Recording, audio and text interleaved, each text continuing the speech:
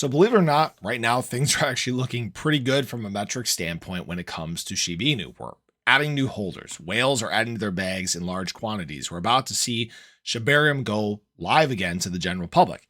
Maybe live already. Obviously, I have to film some of these videos in the morning.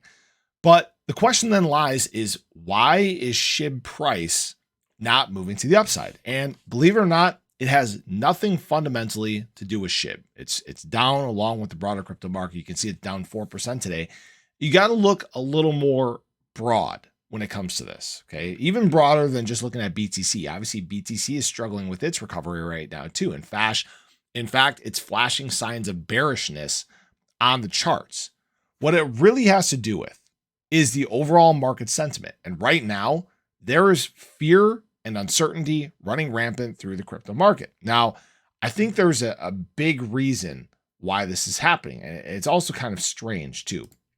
So when we look at the Bitcoin Fear Greed Index, we can see in the last month how things have looked. We were actually neutral, trending on the side of bullish, which was great. And we had that big sell-off back on, I believe, the 17th, 18th, whatever, a few days ago.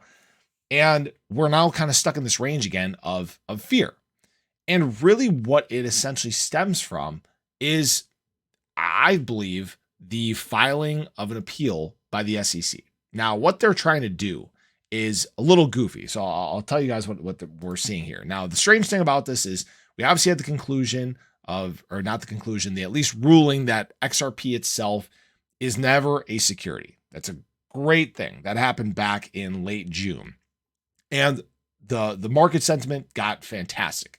Heavily bullish, massive buying. We saw charts running. It was a great thing. Okay, now we actually sit lower than we did before the conclusion, or not conclusion, because it's technically not concluded, before this ruling. Okay, we sit lower than that, which is kind of bizarre. It doesn't make a lot of sense. Now, what the SEC is essentially doing is they're trying to file an interlocutory appeal. And what this means is that they're essentially saying that this is a unique case where they should be able to file an appeal, and the proceedings of this case that are currently still ongoing should be halted until this appeal is figured out. Okay, they're essentially trying to stifle the whole case. They're trying to slow everything down. They're trying to create, again, a lot of fear, a lot of uncertainty, create as much confusion as possible, which is bizarre because for an organization that is supposed to be helping protect investors, you're essentially screwing everybody.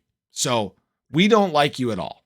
We wish you would just go away. Stop it. You're not protecting anyone. Okay, that's my piece on that.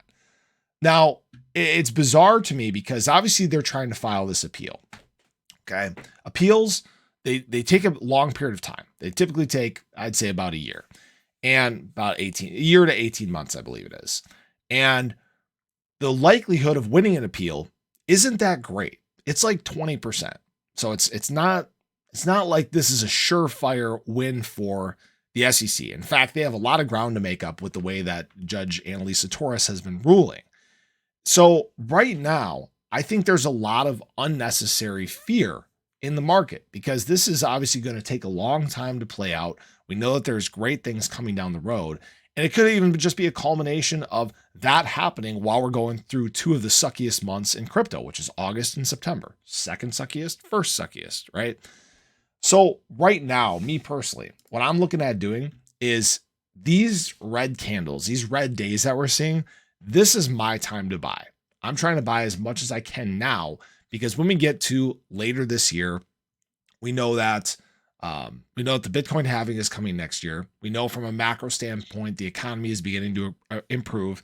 They're slowing down, the amount of interest rate hikes they're doing. Inflation is flattening. The likelihood of a recession is diminishing because of how strong the GDP has been. I mean, there's a lot of things that are actually trending in the right direction right now. Really, the SEC is the last hurdle we got to get over. And we just got to, hopefully its face is smashed into the mud and we just never end up having to deal with something like this again. So just know there's a lot of things that are weighing on crypto prices right now. There's a lot of things that have been affecting it, and none more so than the entity that's supposed to be protecting investors. So it's just kind of a weird time, but guys, we will get through this. The bull market is coming.